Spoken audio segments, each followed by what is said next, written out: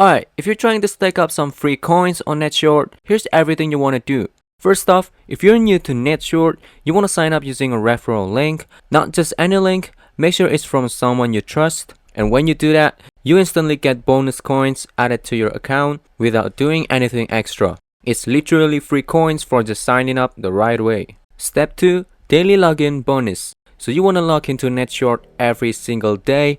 Once you're in, click the login button to claim your daily reward. It's not automatic, you gotta press it, but it literally takes like 2 seconds. Pro tip, set a daily reminder on your phone or use a browser extension like Super Auto Refresh Plus to help automate logging in. You can stack these daily coins. It may not much, but they gonna add up. And the next step is to share your shortened links. Now, this is where you can really start earning. You want to shorten links using NetShort's tool, stuff like trending TikToks, viral news articles, anything people are already searching for, then share those links in high traffic spots like Facebook groups about trending topics, Reddit threads that match the content. You can also send them through WhatsApp, even inside your Instagram bio or story. That'll also do the work. The more real people that clicks your links, the more coins you earn.